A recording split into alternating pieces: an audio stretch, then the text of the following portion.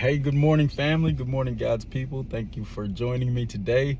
Hey, I really appreciate the support and the feedback, the comments, the encouragement that people have been giving me and reaching out, just telling me how blessed they've been by this testimony. And I don't see how they could not be, because this is the Lord's story. This is just His goodness. And anytime you're talking about the goodness of the Lord, blessings will surely follow. And so I'm excited. I'm excited to get into this part of it. This one, I wanted to kind of just talk about the last dance, the last hurrah.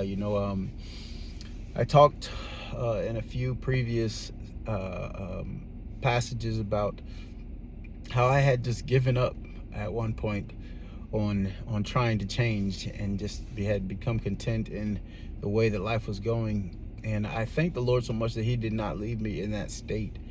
I remember coming out of incarceration after making all these promises, after making all these declarations of how things are going to change, after promising my daughter, promising my family. And like I said, it was not 3 days later that I found myself right back in that same way of life I was in before going in. And I walked into to the store to continue that life, to steal some food. And again, I said, I believe that God sent an angel to me in the form of a man who asked me, young man, do you know what time it is? And something in me shifted in that moment. It felt to me like the voice of God was saying, do you know what time it is? It's time for a change. And again, like I said, something shifted in me in that moment, and I left that Walgreens with some cereal and some milk, and I went and sat on the curb somewhere and began to eat, and just began to weep, and in that moment I began to get these text messages from my sister, who had just been by my side the entire time, checking on me, looking for me, making sure that I had some type of connection to my daughter, and just making sure that I wasn't all the way gone, making sure I knew that there was a lifeline, that there was a way to reconnect to life and to my family. And she sent me this message.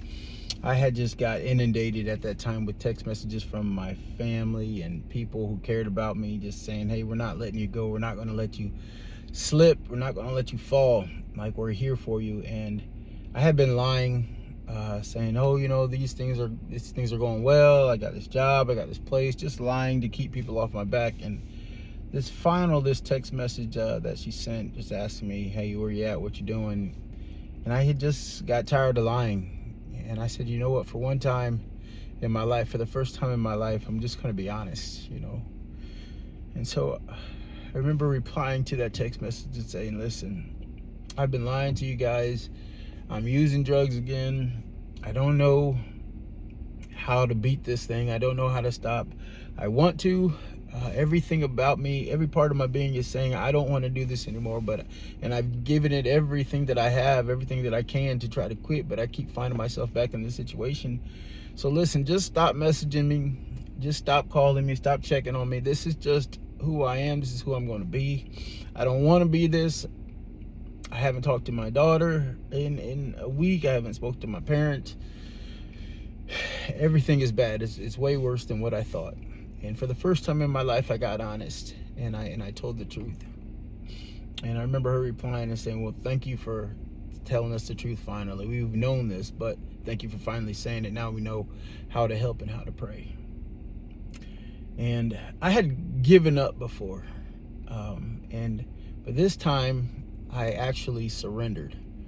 And there's a huge difference I found out between giving up and surrendering, because when that man asked me, do you know what time it is? I felt like Holy Spirit was saying, it's time for you to quit trying on your own power, and it's time to let me do my work. You've surrendered your life to the Lord. Holy Spirit now lives inside you. Now let me do my work. And that's what He began to do. That was the last day that I used any type of drug or alcohol. And the Lord's been working out His goodwill and purpose in my life ever since. It just took me being honest and surrendering to Him.